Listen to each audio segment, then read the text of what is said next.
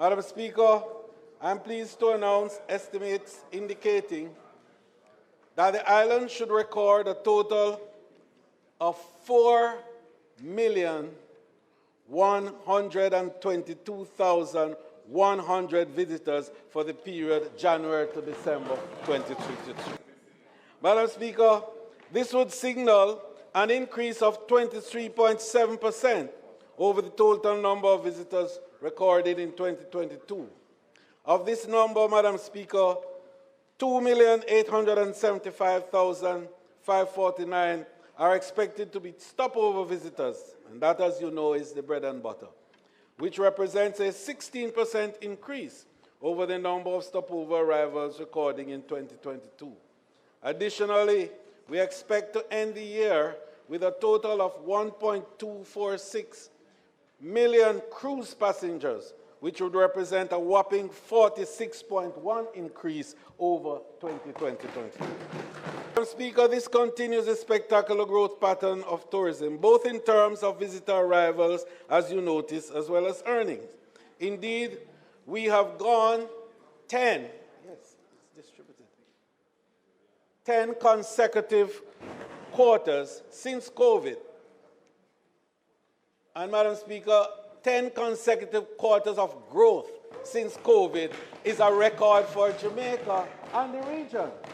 Because as I move around and we ask what is happening in other places, theirs is more of a kind of a oscillatory graph, while ours is absolutely constantly going up, and that is a record position. But Madam Speaker, the better news is that the indications are that at the end of the next quarter, December 31st, we will again show significant growth to make it the 11th consecutive quarters of growth.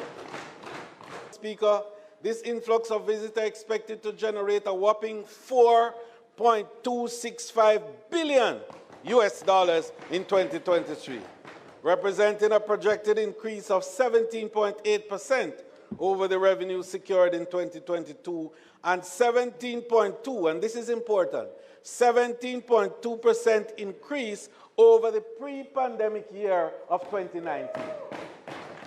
It is often that we say tourism don't benefit us and the money don't stay here. I just wanted to give you an indication of this, what this $4.265 billion mean in the first instance. And this instance is now before the visitor even reach Jamaica properly. He just book and pay. Doesn't consume one item. He doesn't even breathe our air yet. And here is it. He pays a fees for TEF of $57.5 million or 8.9 billion Jamaican dollars, just to decide to come to Jamaica. The second, the departure tax of $100.6 million or 15.6 billion Jamaican dollars. Then he pays the airport improvement tax of $28.8 million, 4.47 billion Jamaican that represents. Then he pays the airport passenger levy, and that's $57.5 million or again 8.9 billion. And then he pays the passenger fees and charges of some 69 million which is 10.7 billion Jamaica. And then he pays now at the Hotel de Gart, that is the room tax. He pays up 22.6 million or 3.5 billion Jamaican dollars.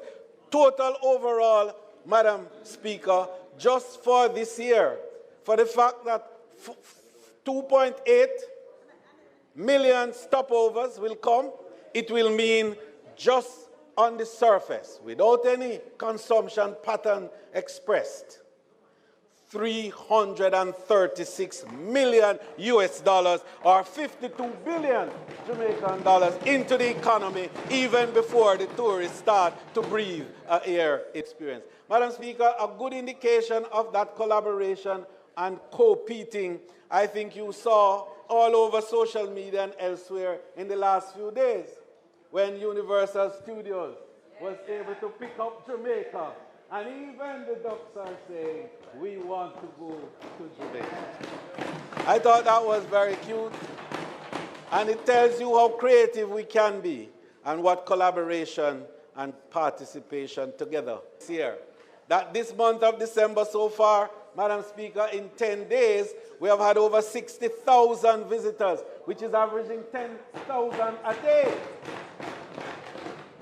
Which means that December is trending to be the first 300,000 visitor arrival month since COVID. 300,000 visitors expected in December, and that will be a record for December anytime in the past.